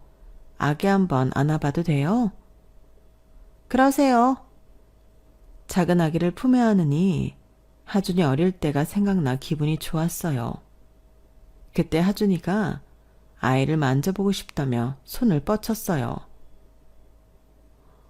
어머, 얘, 너 지금 어딜 만져? 저리 가. 아기한테 떨어져. 하준이 너 지금 아기 만진 거야? 그렇게 함부로 만지면 큰일 나. 맴매할 거야. 시모와 신우의 야단과 윽박에 하준이는 놀라 제 뒤로 숨어버렸어요. 아니에요. 하준이가 만지려고 했어도 제가 못하게 했을 거예요. 하준아, 괜찮아. 놀랐지? 이리 와. 괜찮긴 뭐가 괜찮아. 애가 어쩜 저렇게 조심성이 없니? 아무거나 덥석덥석 만져보려 하고. 우리 귀한 손주 얼굴에 손톱 자국이라도 나면 어쩌려고. 너 애 단속 좀 잘해라. 어머니, 하준이가 꼬집은 것도 아닌데 왜 그러세요? 얘도 아직 애기예요. 그렇게 소리 지르시면 하준이 놀라잖아요. 그러니까 왜 소리를 지르게 해? 너 얘가 어떤 앤 줄 알고 그러는 거야? 같은 핏줄이라고 다 같은 손주 아니다. 얘는 엄청난 고급 유전자를 갖고 태어난 애라고. 네? 옛날 같았으면 장차 왕이 되라라고. 하준이랑은 비교할 수 없어. 너무 황당했어요. 같은 손주인데 누구는 천하고 누구는 귀하다뇨. 그것도 애들의 할머니인 시무가 앞에서 그런 소리를 하는 게 어이없더군요. 남편은 급하게 저와 하준이를 데리고 나왔고 얼렁뚱땅 넘어가려고 했어요. 쟤는 지 회사 손주야. 나중에 그 큰 회사를 물려받을지도 모르는데 네가 그냥 흘려들어. 엄마도 놀라서 하준이한테 그렇게 말한 걸 거야. 하준이도 어머니 손주야. 쟤도 그냥 잘 사는 할아버지 손녀인 것 뿐이잖아. 애가 귀엽다고 만져본 것 뿐인데 그렇게 큰 소리로 야단칠 일이냐고. 당신은 하준이 놀란 거 안 보여? 그냥 참자니까. 조용히 잘 넘어가야 나중에 좋은 일 생기지. 우리 그냥 흘려듣자. 어? 남편 역시 뜬구름 잡는 소리만 하고 있었어요. 저는 화가 나 하준이를 데리고 집으로 먼저 돌아왔고 남편이 저녁에 술 한 잔 걸치고 들어오며 하는 말이 엄마가 미안하대. 놀라서 엄마도 모르게 그냥 그렇게 말이 나왔대. 그게 끝이었어요. 시모 입으로 직접 들은 사과도 아니고 남편을 통해 말을 전한 걸로 얼버무리고 말더군요. 그 일로 남편과 이혼을 생각해보게 되었어요. 하지만 막상 직업도 없는 상태에서 홀로 아이를 길러야 하는 현실을 맞닥뜨리게 된다면 너무 막막하겠더라고요. 어쩔 수 없이 이혼을 단념하긴 했지만 시댁과 거리를 두어야겠다는 생각이 들었어요. 그러다 저희 집이 이사를 가게 되었어요. 짐 정리를 하다가 서랍 한 구석에 아들 하준이가 아기 때 입었던 옷들이 눈에 들어왔어요. 저는 어리석게도 전에 있던 일을 또 까먹고 아기 옷을 신우이에게 가져다 줘야겠다고 생각했어요. 전화를 거니 바로 받더군요. 아가씨, 이삿짐을 정리하다 보니까 하준이 아기 때 입었던 옷이 많네요. 제가 깨끗하게 입혔던 것들이에요. 지금 영재 입으면 딱 잘 맞고 좋을 것 같은데. 애기들은 빨리 크니까 옷이 금방금방 작아지더라고요. 이것 좀 가져다 드릴까요? 네? 뭐라고요? 언니 제정신이에요? 네? 아가씨, 무슨 소리를 그렇게 하세요? 우리 영재한테 지금 하준이가 입던 옷을 입히라고요? 우리 영재가 어떤 애인 줄 몰라서 그런 말 하는 거예요? 어디 감히 입던 옷을 주겠다는 거예요? 우리 하준이가 입었던 옷이 더럽다는 뜻이에요? 과일물 하나도 들지 않았을 정도로 깨끗하게 입혔던 것들이에요. 그리고 제가 나쁜 의도로 한 말도 아니고 아기들 금방 크니까 새 옷 살 것 없이 아끼시라고 말한 거잖아요. 언니는 아끼고 살아요. 난 물 쓰듯 펑펑 써도 안 모자라니까요. 기분 몹시 나쁘네요. 기분은 제가 나쁜 거죠, 아가씨. 좋은 의도를 어떻게 그렇게 왜곡되게 해석할 수 있어요?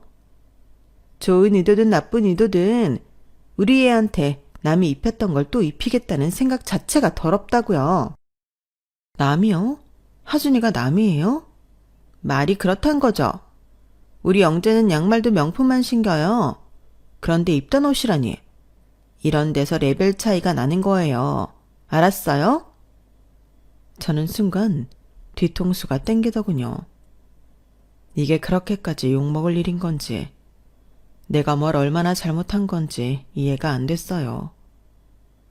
정신을 차릴 틈도 없이 바로 시모에게 전화가 왔어요. 얘, 너 정신이 있니? 어디 감히 하준이가 입던 걸 영재한테 준다 그래? 네? 어머니까지 왜 이러세요? 왜 이러긴? 귀한 우리 손주한테 어떻게 입혔던 중고를 들이대. 내가 전에 뭐라 그랬어? 영재는 귀한 DNA를 갖고 태어난 애라고 했잖아. 그때 말귀 못 알아들었니? 아무거나 먹이고 아무거나 입혀도 되는 애가 아니란 말이야. 어이가 없어서. 어이는 제가 없어요, 어머니. 하준이도 똑같은 손주인데 어떻게 그렇게 말씀하세요? 어머니도 하준이가 입었던 게 더럽다고 생각하시는 거예요? 더럽고 안 더럽고가 중요한 게 아니라 귀하디 귀한 우리 영재한테 새 것 먼저도 모자란데 어떻게 그걸 갖다 줄 생각을 하냔 말이야. 입히려면 고어원이나 갖다 주든지. 주겠다는 네 생각만 하지 말고 받는 사람 입장도 좀 생각해야지. 받는 사람이 싫다는데. 그럼 그냥 괜찮다고 하면 되지. 왜 우리 하준이까지 더럽네 어쩌네 하면서 심한 말을 하는 건지 이해할 수가 없네요. 제가 옷을 싸들고 집 앞에 찾아간 것도 아니고 정말 좋은 의도로 물어본 건데 어머니나 아가씨 두 분 다 이렇게까지 난리 피울 일인지 모르겠네요. 뭐? 난리? 너 말 다 했어? 어머니가 하신 말은 제가 다 고분고분 들어야 하고 제가 하는 말은 다 쓰레기 같으세요? 어머머, 얘 봐. 어쩐지 너 시집 온다고 인사 왔을 때부터 느낌이 안 좋더니 결국은 시댁 식구들을 아주 싸잡아 모욕하는구나. 모욕은 어머니가 먼저 주셨잖아요. 나는 사실을 말한 거고 너도 현실을 좀 직시해라. 니네 집 뭐 볼 거 있어? 주인애랑 비교나 되겠냐고. 그냥 바닥을 벌벌 기어도 모자랄 판에 어디서 쌍심지를 켜고 대들어. 내가 우리 아들 결혼 잘못 시켰지. 이런 못 배운 며느리를 들이다니. 아기 옷 얘기가 왜 저희 집 얘기까지 번지는데요. 저희 부모님이 제발 결혼시켜달라고 부탁한 것도 아닌데 왜 저희 엄마 아빠를 들추세요? 솔직히 너 시집 올 때 뭐 해온 거 있냐? 그 돈 몇 푼 보탠 걸로 생색내기는. 저희 결혼한 지 벌써 몇 년인데 아직도 그 얘기세요. 주희 결혼시켜보니까 더 열받아서 그런다. 자기 딸 보내는데 어쩜 그렇게 하나도 도움도 안 되는지. 아가씨도 뭐 해간 거 하나도 없잖아요. 거기랑 니네 집이랑 같니? 하늘과 땅 차이인데. 우리 주인은 돈을 받고 데리고 간 거고. 어머니랑 얘기를 할수록 더 어지럽네요. 저까지 이상해지는 것 같아요. 이만 끊겠습니다.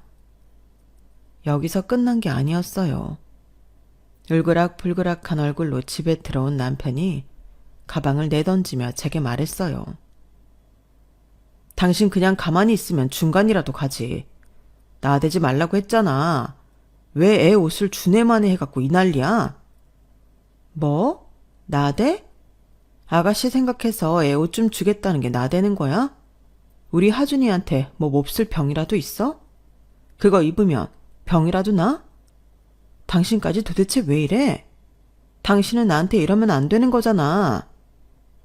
널 이해 못하는 건 아니지만 그냥 가만히 있으라고. 아무것도 하지 말고. 주인애는 많다 못해 넘쳐 흐르니까 걔 생각 안 해줘도 돼. 걔가 명품을 사다 입히든 거적대기를 갖다 입히든 신경 쓰지 말라고. 이게 이렇게 돌아가면서 욕먹을 일인지 정말 모르겠다. 이런 어른들을 보며 큰 우리 하준이가 불쌍하네.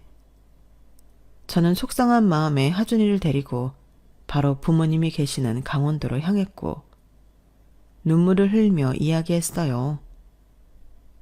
이서방도 참 네 편 좀 들어주지. 그래도 이서방도 하준이가 마음에 걸려서 너한테 그렇게 얘기한 걸 거야. 그 집 사람들 다 미친 것 같아. 아가씨네가 무슨 왕이 된 것처럼 싸구더라. 이서방도 그 화장품 회사에 높은 자리 하나 목 빠지게 기다리면서 저러는 거야. 예전에 내가 알던 그 사람이 아니야. 다 미쳤어. 하지만 전처럼 전업주부로 살다가 이혼녀가 될 걸 생각하니 두려웠어요. 그런 제 마음을 아셨는지 부모님은 이렇게 말씀하셨어요. 민영이 넌 혼자가 아니야. 우리가 있잖아. 정 힘들다면 하준이 데리고 강원도로 와. 여기서 다시 시작하자. 우리 딸이 힘든 거 엄마는 싫어. 엄마 아빠와 많은 대화를 나누고 다시 집으로 돌아갔어요. 집에 오니 싸운 것도 잊었다는 듯이 거실에서 남편이 싱글벙글 웃으면서 저희를 맞아주더군요. 당신 왔어? 왜 이제 와? 내가 걱정 많이 했잖아. 이게 다 뭐야? 주인의 사돈이 준 선물. 선물? 우리한테 왜? 돈 많은 사람들이 돈이 남아 돌아서 좀 쓰겠다는데 이유가 어딨어? 거기 진짜 돈 많나 봐. 딴 건 아니고 영재가 얼마 전 100일이었잖아. 그래서 선물 돌린 거래. 우리까지 이렇게 생각해주니 얼마나 감사해. 거실은 온통 선물 꾸러미가 가득했어요. 이것 봐. 당신 것도 있어. 난 괜찮아. 안 받을래. 이거 엄청 비싼 화장품이라던데. 백화점에 가서 사면 100만 원은 좋게 넘을 거라는데. 엄마는 600만 원짜리 가방 받았대. 주희한테는 차 한 대 더 뽑아주시고. 주희 진짜 시집 잘 갔어. 남편은 사돈댁으로부터 선물 받은 노트북을 열었다 펼쳤다 하며 아이처럼 좋아하고 있더군요. 우리에게 일어났던 일들은 아예 잊은 듯 했어요. 저는 피곤해서 말할 힘도 없었어요. 나 하준이 씻기고 잘게. 피곤해. 당신 이 화장품 써봐. 난 됐어. 진짜 안 받을 거야? 준 사람 성의도 있는데. 안 받으면 나 이거 중고마을에 판다. 당신 마음대로 해. 남편에게 오만정이 다 떨어지더군요. 아이와 누웠는데 눈물만 계속 흘렀어요. 당장 이 집에서 뛰쳐나가고 싶은데 아무 능력 없어 이러지도 저러지도 못하는 제 자신이 비참하고 초라했어요. 하준이에게도 너무 미안했고요. 결국 이번 사건 역시 그렇게 어물쩍 넘어가게 되었고 전 참담한 심정으로 어쩔 수 없이 결혼 생활을 이어갔어요. 다만 그날 이후로 명절이나 큰 행사 빼고는 저는 시댁에 일절 찾아가지 않게 되었어요.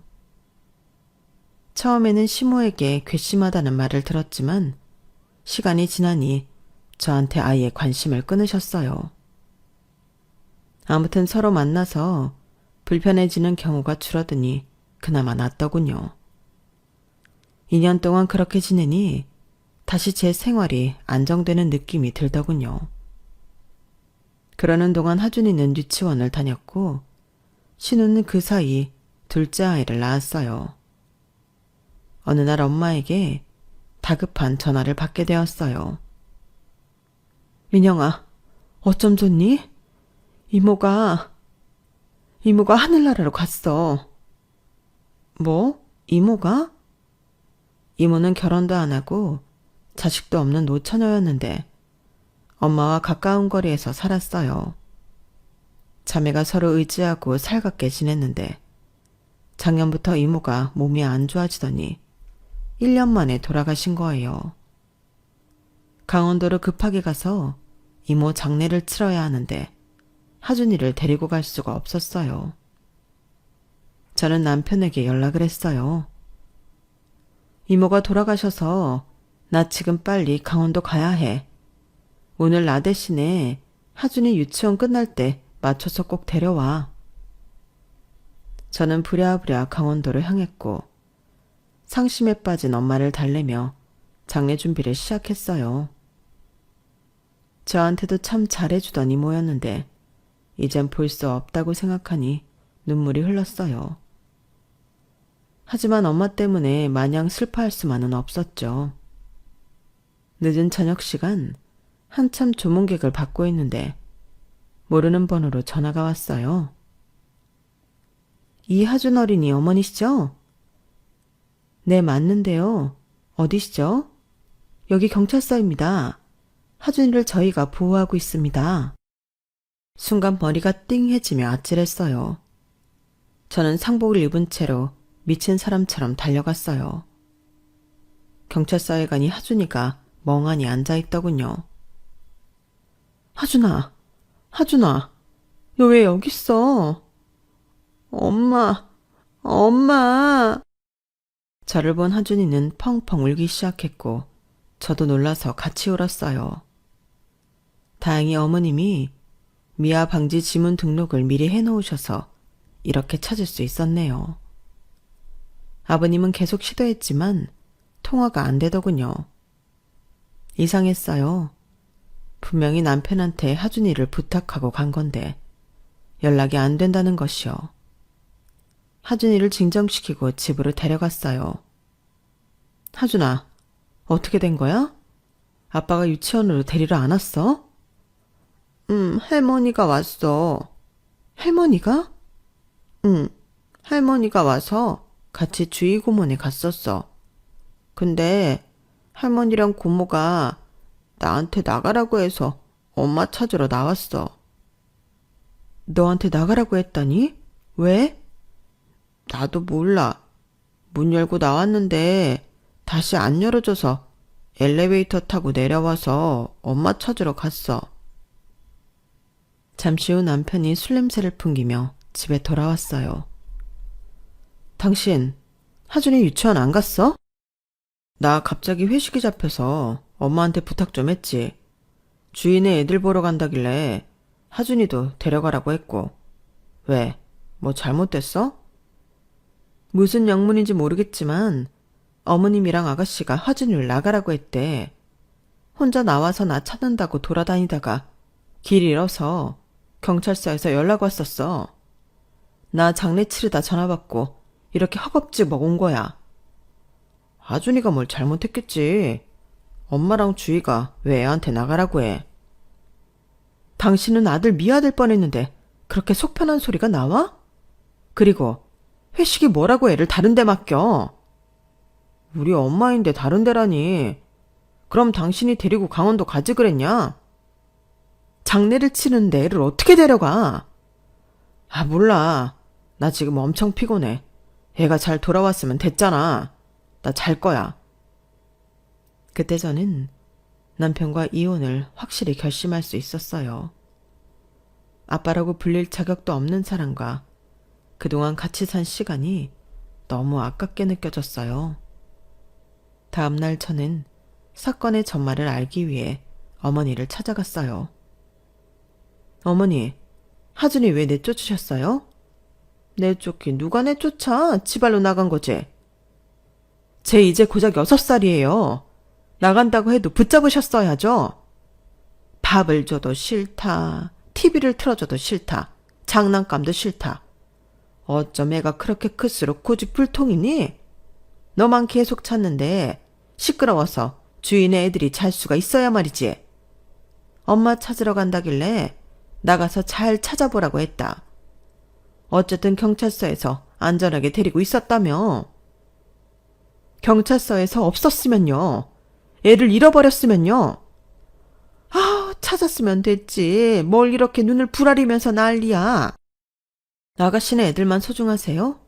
진짜 이건 남의 아이라도 그렇게 내보내진 않았을 거예요. 한때는 제가 너무 벽을 치고 살았나 생각한 적도 있었는데 지금 보니까 제가 너무 정상이었네요. 어머님, 아가씨, 어머님 아들 모두 미쳤어요.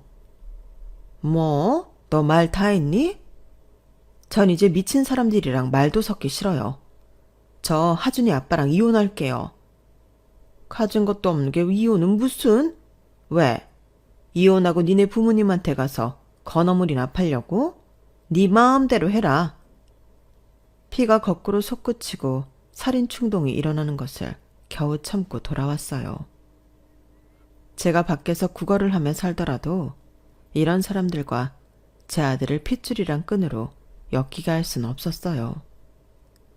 그날 부모님께 모든 것을 털어놓았어요.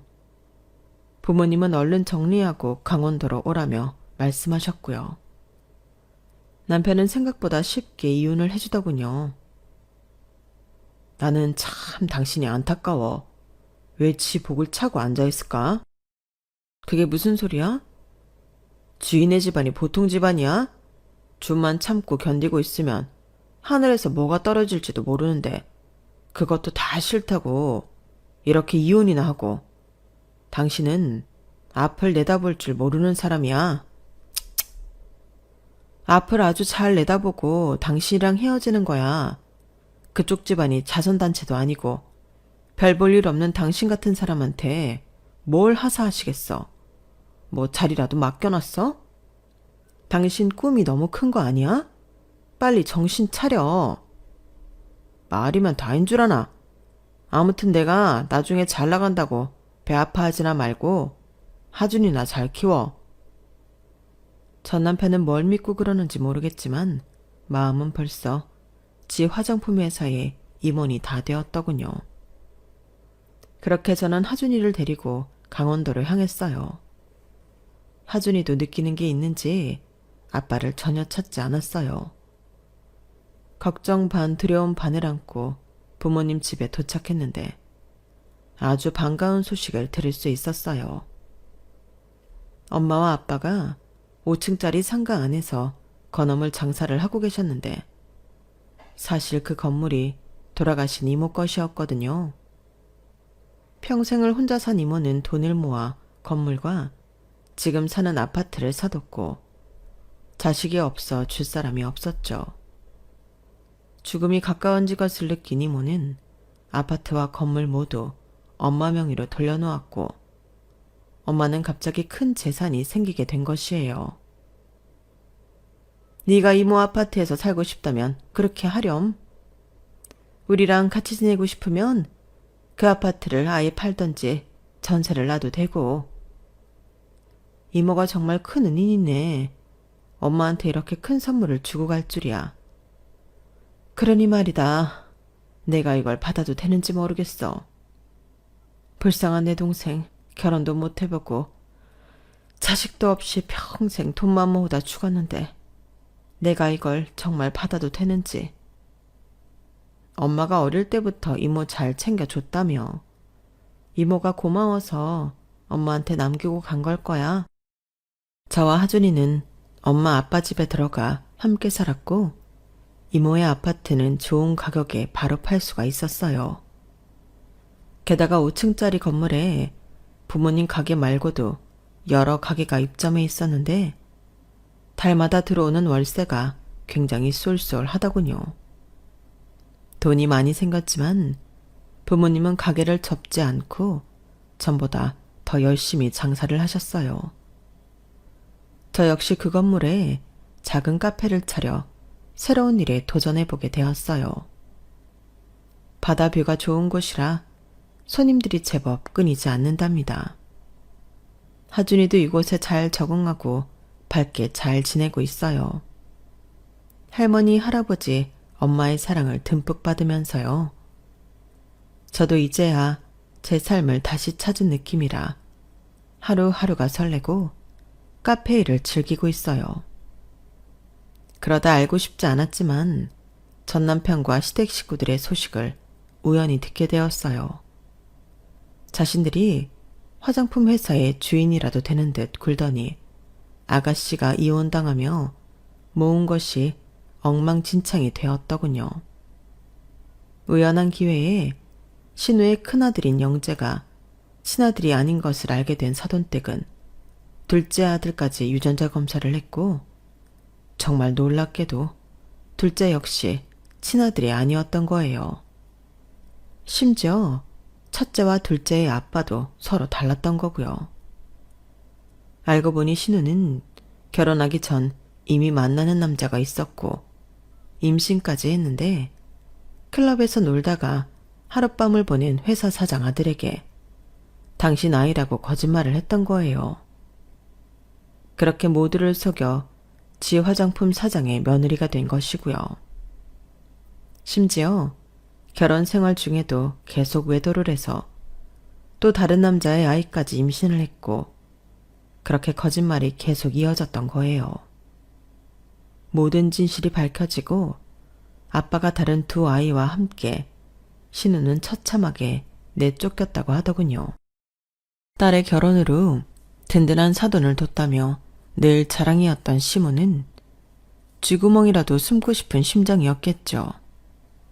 주제도 모르고 화장품 회사에 한 자리 차지하려고 혈안이 되어 있었던 전 남편 역시 마찬가지였겠고요. 신우는 다행히 법적인 처벌은 면했지만 숟가락 하나 갖고 나올 수 없이 맨몸으로 쫓겨났다고 하더군요.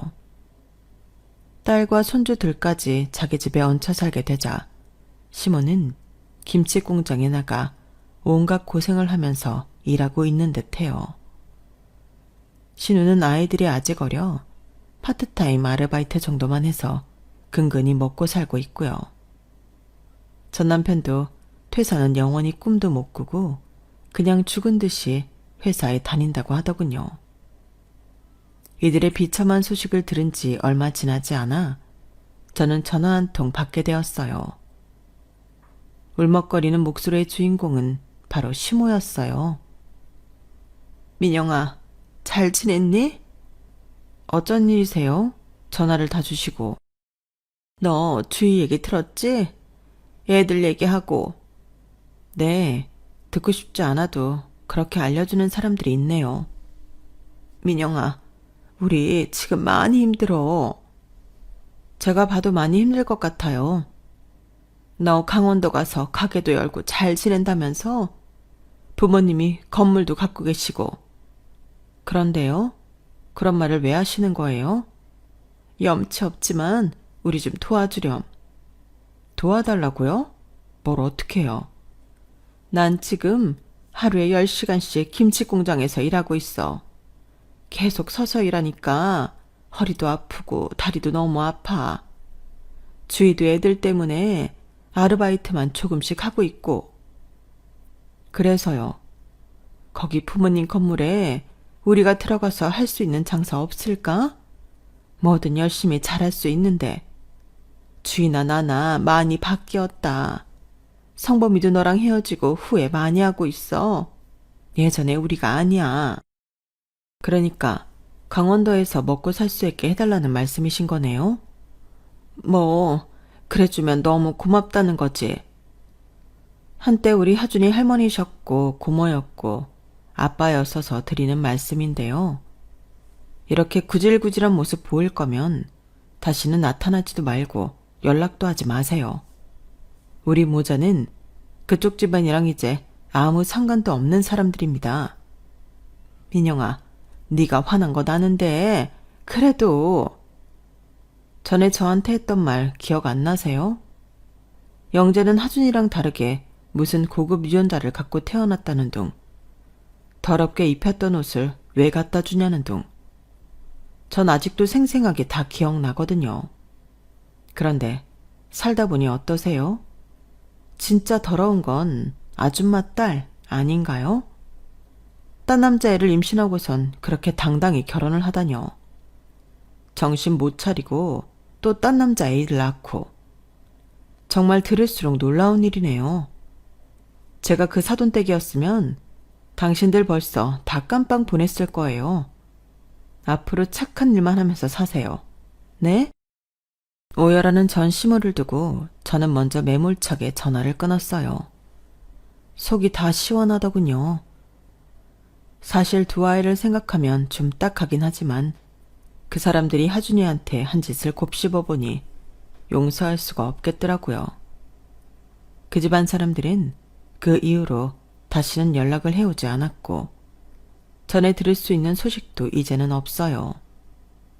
아이들만은 건강하고 착하게 자랐으면 하는 마음뿐이에요. 저는 이제 암울했던 과거는 훌훌 털어버리고 자신있게 제 인생을 이끌어 나가고 싶어요. 그 누구에게도 무시당하지 않게 말이에요. 지난 일로 저 역시 배우고 깨달은 바가 많답니다. 세상에 비밀은 없다. 자만하지 말고 항상 열심히 노력하는 삶을 살자. 앞으로 제 인생의 중요한 모티브가 될 것 같네요. 제 사연은 여기까지예요. 가족들과 행복하시고 건강하세요. 여러분, 사연 댓글에 응원과 현명한 조언 부탁드려요. 좋아요, 구독은 저에게 큰 힘이 됩니다. 오늘도 좋은 일 가득하세요.